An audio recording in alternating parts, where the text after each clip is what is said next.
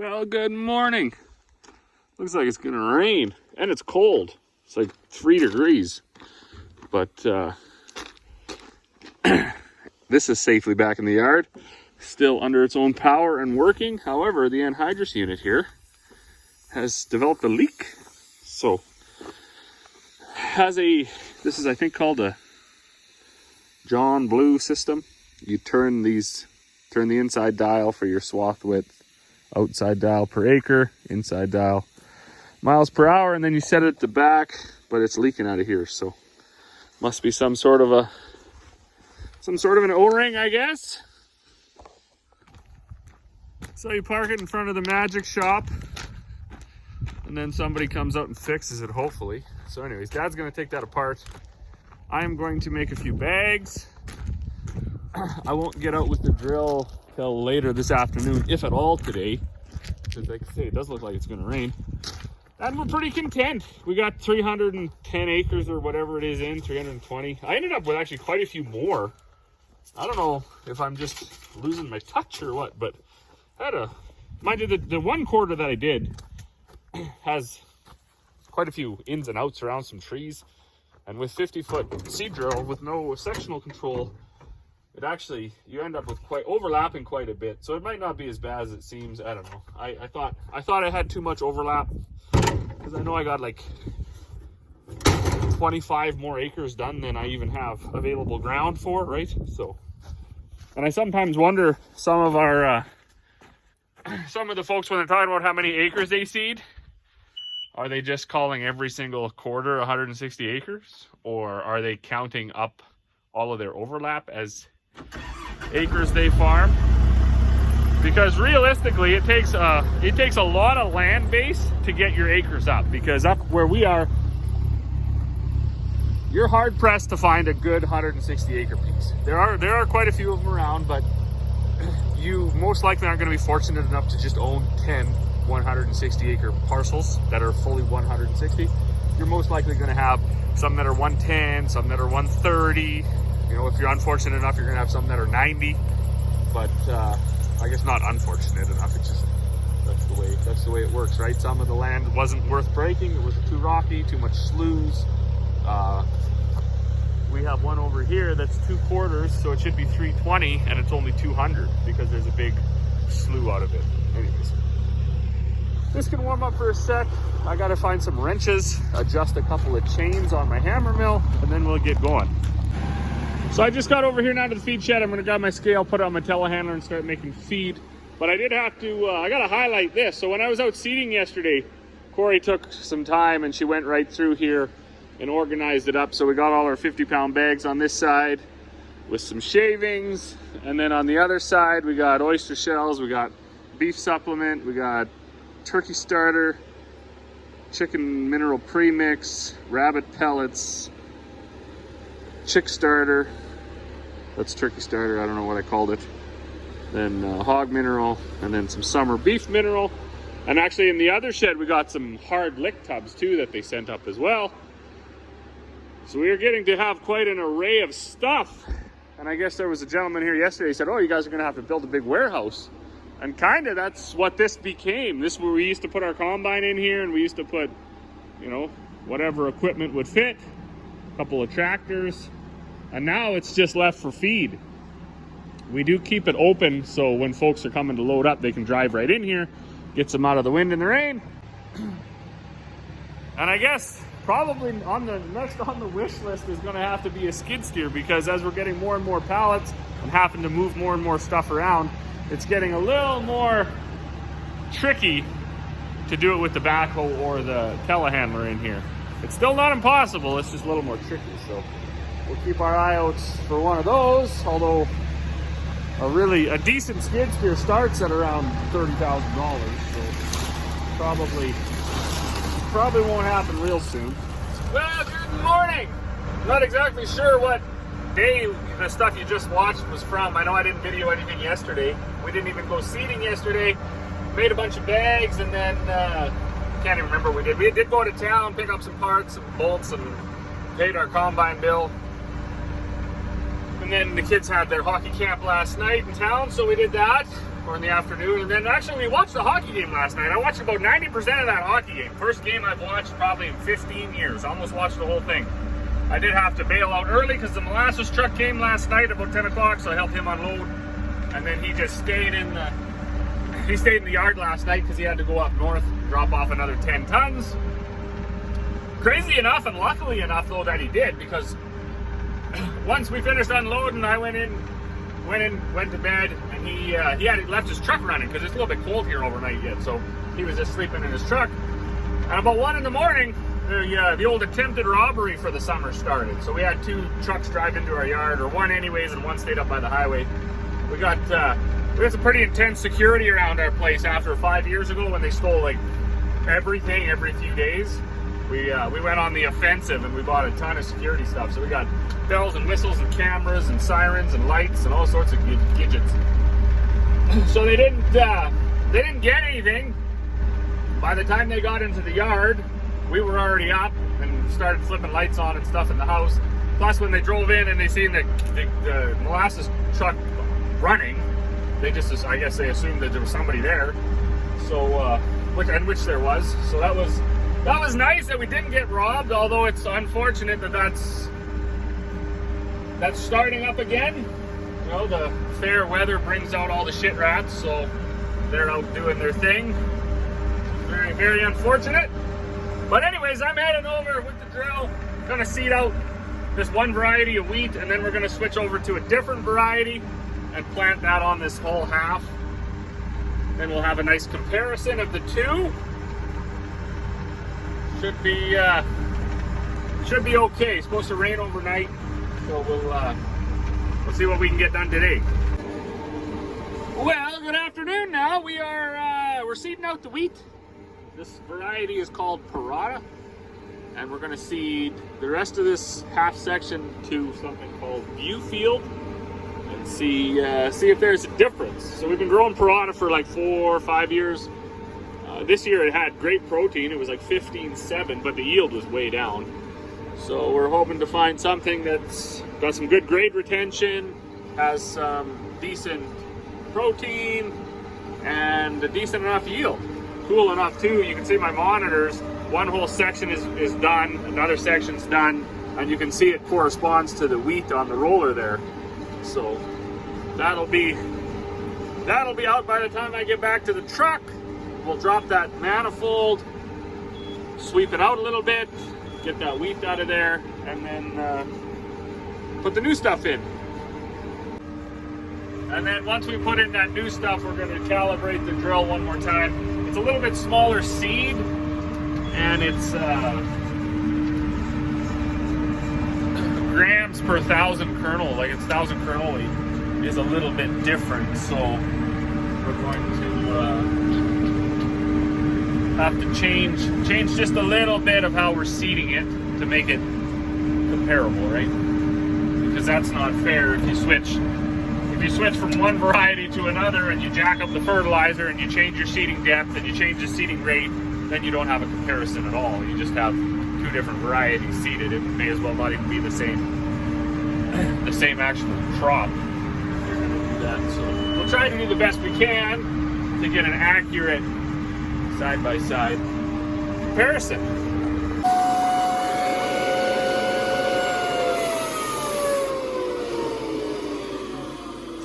So this is that selector valve that I had changed. Goes from fan to manifold, lift, and calibration, and then over to auger. Actually, we'll switch it to the auger. Just gonna run this backwards a bit, make sure I got the old wheat out of it.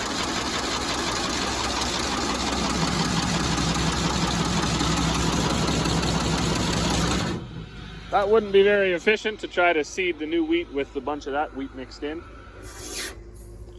Now I'm going to move this auger out of the way. I used to always try to do this in the yard, but then I decided it would be better in the field because I don't have to be near as tidy. I can just let the stuff fall right on there and then run over it with the drill and it'll go in there. So this drops down. And then I'm gonna take this roller out just so I can get the rest of the wheat out of it. Just because why not? I don't have my dad here telling me not to worry about it. So I'll just do it the way that I want to. So we'll pull this meter right out of here and drain the rest of the wheat out. You see there's some still stuck in there. We don't want that. At least I don't.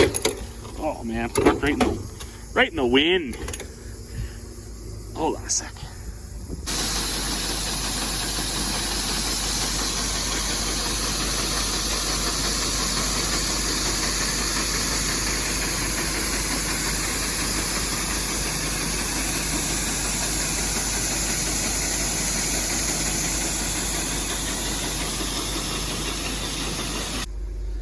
Okay, so now we got our seed filled up. We got to switch this back to calibrate and then climb under here and shut this back meter off and then hold this button, and we got to prime that meter, which means, right, just fill it all up with seed. So I could let it go into a bag, but I'm out in the field, so I'll just let it go on the ground. And I would say that's sufficient. Now I gotta get a bag out of here, hook it up onto there, go into the tractor and set it up to actually calibrate, and then we'll calibrate our new wheat seed. So we go back, calibrate, meter. Okay, and then when I push go, I go back there, hold that button until the bag fills up to a reasonable amount, and then I weigh it, and then I come and enter it into the product mass. So we'll do go. Get my trusty scale. And I do weigh the bag empty because I think it weighs about 0.8 pounds. Let's see what it says here. So, I mean, if you're going to do it at all, you may as well try to be as accurate as possible.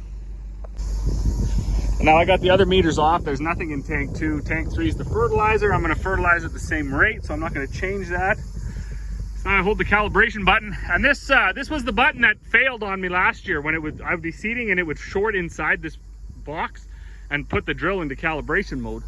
So when I was going down the field, all my monitors would start flashing incorrect seed rate and stuff. It was quite crazy, but that's, anyways, if you have a New Holland tank with this button and you have issues like that, good place to start is this button. All you got to do actually to figure out if it's the button or not is just unplug it, and then if the problem goes away, it's your button. So anyways, let's get going here.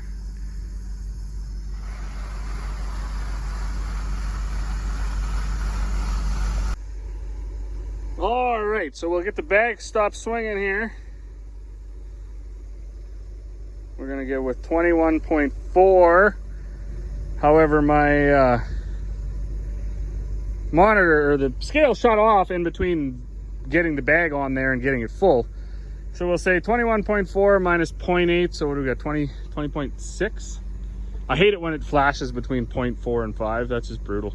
Because what should you call it, right? It doesn't really matter.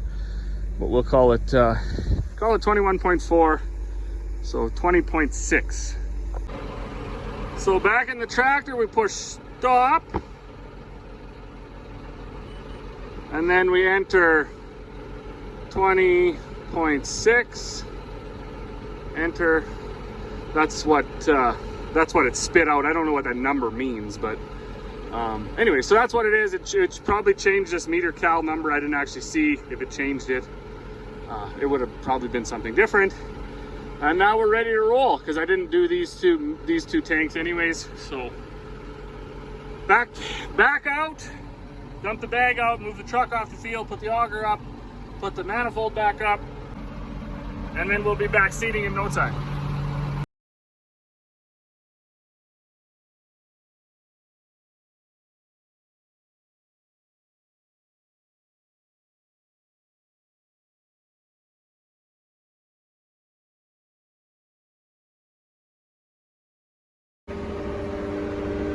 Well, good evening, 7:30.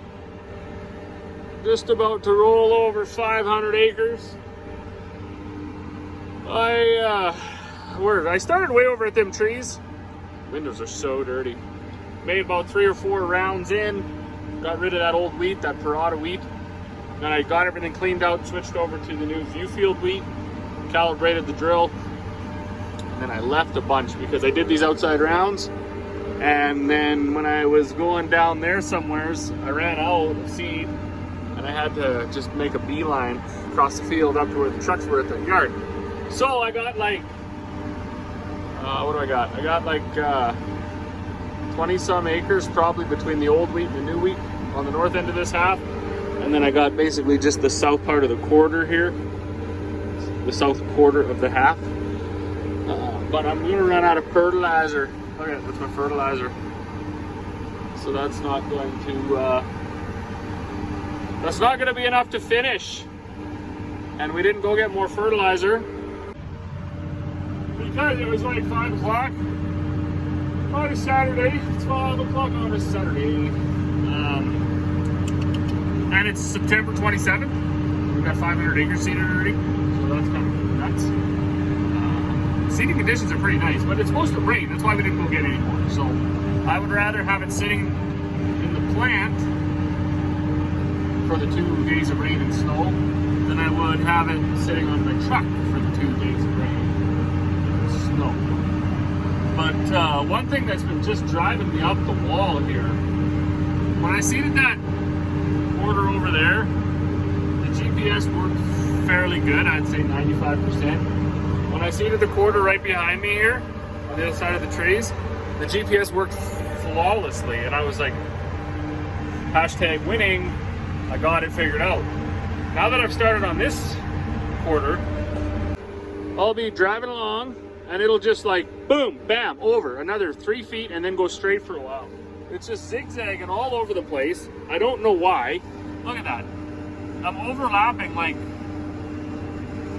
3, 6, 9, 12 feet, but only for part of the round.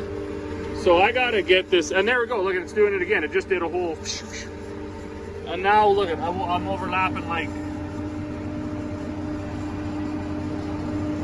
now I'm overlapping like 6 feet. You know how incredibly awkward that is to try to line this up now on the next pass going down when it's done this, down the field 3 or 4 times?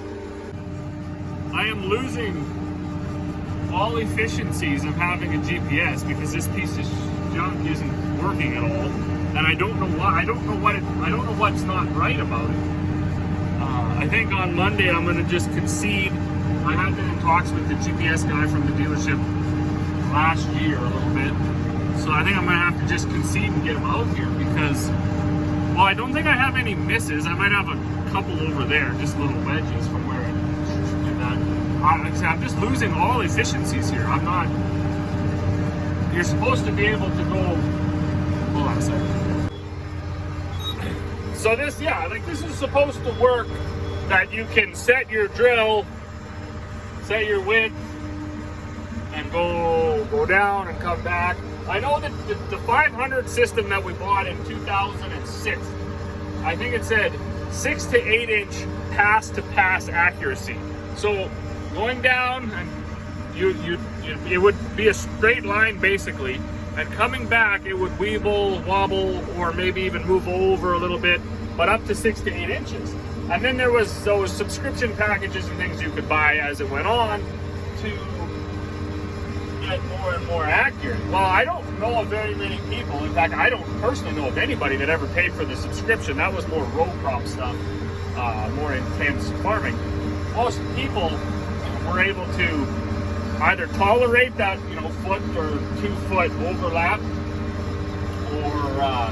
or get their GPSs set so that it was quite accurate. The 250 we have, the 500, and even the 750, they work really, really good. And our John Deere sprayer, of course, on a sprayer it is kind of hard to tell if you're overlapping or missing because you can't see. You're effectively just spraying water on a plant or a mist. So, but I can tell you, over the seasons of having it, we haven't seen any big misses where the weeds grew. So it must be working.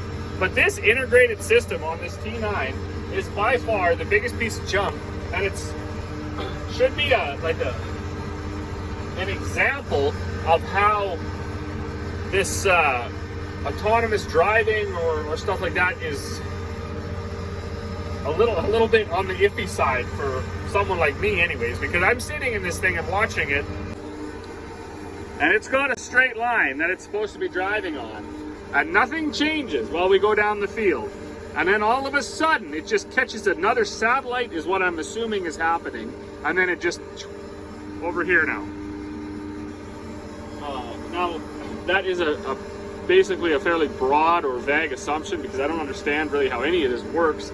But I've been in here, and I've been looking at this nonsense, and these different-ish things.